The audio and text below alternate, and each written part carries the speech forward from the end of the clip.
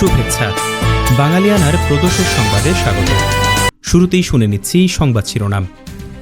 পশ্চিমবঙ্গের নির্বাচনী ডামাডোল শেষের পথে দুই বিপরীতমুখী অবস্থান থেকে ক্ষমতায় আসবে কোন দল জানা যাবে শিগগিরই। রূপপুরে ফুয়েল লোডিং সম্পন্ন আদানি থেকে আসলো 925 মেগাওয়াট, ভিন্ন উৎস থেকে যোগ হচ্ছে আরও বিদ্যুৎ, লোডশেডিংয়ে স্বস্তির সম্ভাবনা। জঙ্গি শব্দকেই মানতে নারাজ স্বরাষ্ট্রমন্ত্রী, তার দাবি জঙ্গি নয়, সব দেশেই কম বেশি উগ্রবাদী থাকে। এবার অন্যান্য সংবাদের সঙ্গে বিস্তারিত।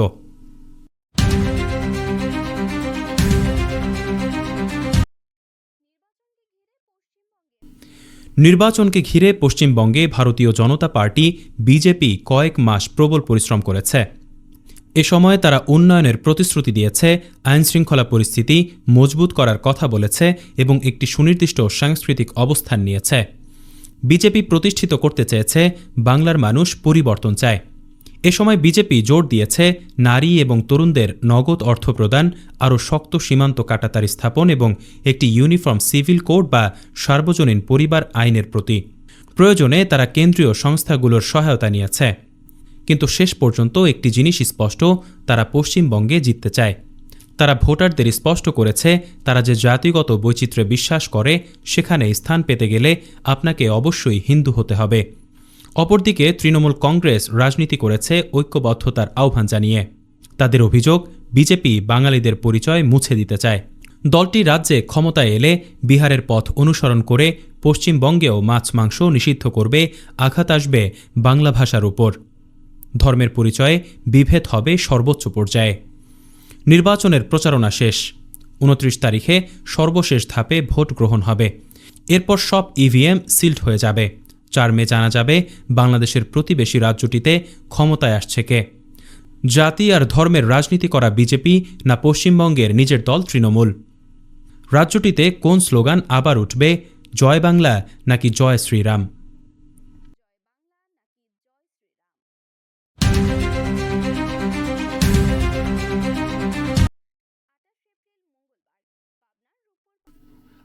এপ্রিল মঙ্গলবার পাবনার রূপপুর পারমাণবিক বিদ্যুৎ কেন্দ্রের প্রথম ইউনিটে ইউরেনিয়াম জ্বালানি স্থাপনের মাধ্যমে পারমাণবিক শক্তি ব্যবহারকারী 33তম দেশ হিসেবে বিশ্ব তালিকায় নাম লেখালো বাংলাদেশ।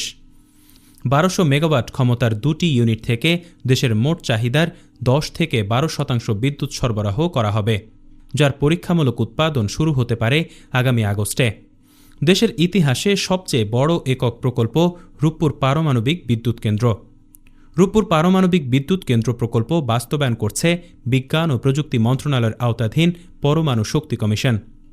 এ প্রকল্পের আওতায় 1200 মেগাওয়াটের দুটি ইউনিট নির্মাণ করেছে রাশিয়ার ঠিকাদারি প্রতিষ্ঠান অ্যাটমস্ট্রয় এক্সপোর্ট। অন্যদিকে লোডশেডিং কমাতে ভারতের আদানি পাওয়ার প্ল্যান্টের দ্বিতীয় ইউনিট থেকে 925 মেগাওয়াট বিদ্যুৎ 27 এপ্রিল সোমবার সন্ধ্যা থেকে জাতীয় গ্রিডে যুক্ত হয়েছে। ফলে লোডশেডিং বেশ খানিকটা কমে যাবে বলে মনে করা হচ্ছে। বিপিডিবি জানিয়েছে 28 এপ্রিল থেকে এসএস পাওয়ার এবং আরএনপিএল থেকেও অতিরিক্ত 600 মেগাওয়াট করে বিদ্যুৎ আসার কথা রয়েছে। গত 25 এপ্রিল থেকে 16,900 মেগাওয়াট চাহিদার বিপরীতে ঘাটতি ছিল 2,188 মেগাওয়াট। রূপপুর ও আদানি সহ নতুন এই বিদ্যুৎ কেন্দ্রগুলো গ্রিডে যুক্ত হওয়ায় দেশের জ্বালানি নিরাপত্তা আরও সুসংহত হবে এবং লোডশেডিং পরিস্থিতির উল্লেখযোগ্য উন্নতি ঘটবে বলে আশা করা হচ্ছে।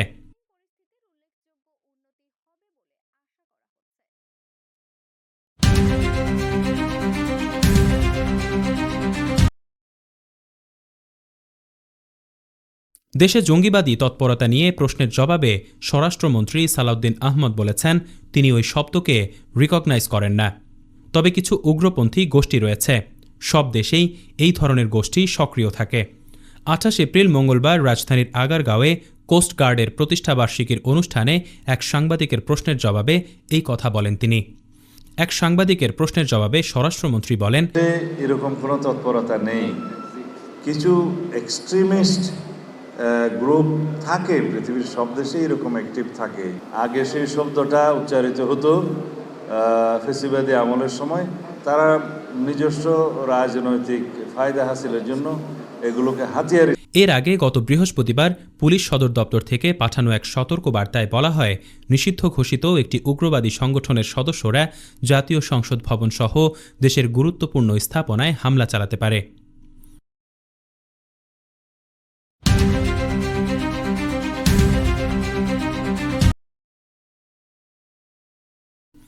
বিএনপি সংসদ সদস্য ও মুক্তিযোদ্ধা ফজলুর রহমানের এক বক্তব্যে উত্তেজনা ছড়ালো সংসদে। প্রায় 10 মিনিট অচল থাকল আইনসভার কার্যক্রম। কোনো মুক্তিযোদ্ধা এবং মুক্তিযোদ্ধা পরিবারের কেউ জামায়াত ইসলামী করতে পারে না। কোনো শহীদ পরিবারের কেউ জামায়াত করতেই পারে না। করলে এটা ডাবল অপরাধ। ফজলুর রহমানের এই বক্তব্য ঘিরে দেখা যায় উত্তেজনা। বিরোধী দলের সদস্যরা হইচই শুরু করলে সরকারি দলের সদস্যরাও প্রতিবাদ জানান। স্পিকার হাফিজ উদ্দিন আহমদ কাউকে নিবৃত্ত করতে পারছিলেন না। এক পর্যায়ে তিনি দাঁড়িয়ে যান।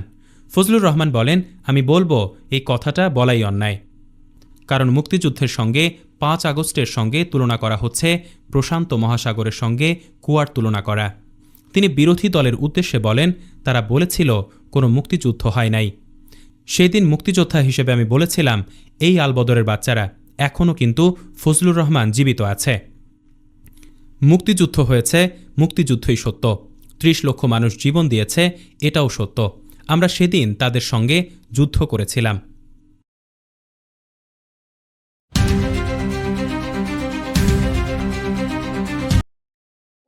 (1947) সালের আজকের দিনে মুন্সিগঞ্জে জন্মগ্রহণ করেন প্রথা বিরোধী লেখক হুমায়ুন আজাদ।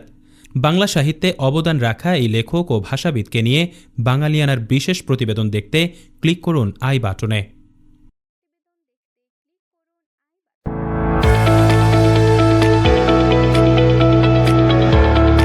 এবারে শুনে নিচ্ছি বাঙালিয়ানার বাণিজ্য সংবাদ। সপ্তাহের তৃতীয় কার্যদিবস 28 এপ্রিল দেশের প্রধান পুঁজিবাজার ঢাকা স্টক এক্সচেঞ্জে সূচকের মিশ্র প্রতিক্রিয়ার মধ্য দিয়ে লেনদেন শেষ হয়েছে। কমেছে 251টি কোম্পানির শেয়ারের দর, তবে বেড়েছে গত দিনের তুলনায় টাকার অঙ্কে লেনদেনের পরিমাণ। এদিন ডিএসইর প্রধান সূচক ডিএসইএক্স 8.32 পয়েন্ট বেড়েছে। বর্তমানে সূচকটি অবস্থান করছে 5308 পয়েন্টে। তাছাড়া ডিএসইর অপর সূচক ডিএসইএস 2.47 পয়েন্ট কমে 1054 পয়েন্ট এবং ডিএস30 সূচক 1.31 পয়েন্ট কমে 2016 পয়েন্টে অবস্থান করছে।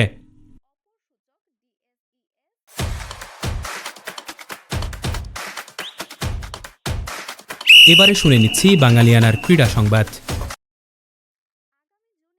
আগামী জুনে অনুষ্ঠিত হতে যাওয়া বিশ্বকাপকে ঘিরে যুক্তরাষ্ট্রের নিউ ইয়র্ক সিটিতে বড় ধরনের প্রস্তুতি ও নতুন এক উদ্যোগ নেওয়া হয়েছে। উচ্চ মূল্যের টিকিট ও যাতায়াত খরচের কারণে সাধারণ দর্শকদের চাপ কমাতে শহর কর্তৃপক্ষ সিদ্ধান্ত নিয়েছে বিভিন্ন স্থানে বিনামূল্যে ফ্যানজোন ও বড় পর্দায় ম্যাচ দেখানোর ব্যবস্থা করার। নিউ ইয়র্ক সিটির মেয়র জোহরান মামদানি এবং নিউ ইয়র্ক অঙ্গরাজ্যের গভর্নর ক্যাথি হোকল এই পরিকল্পনার ঘোষণা দেন।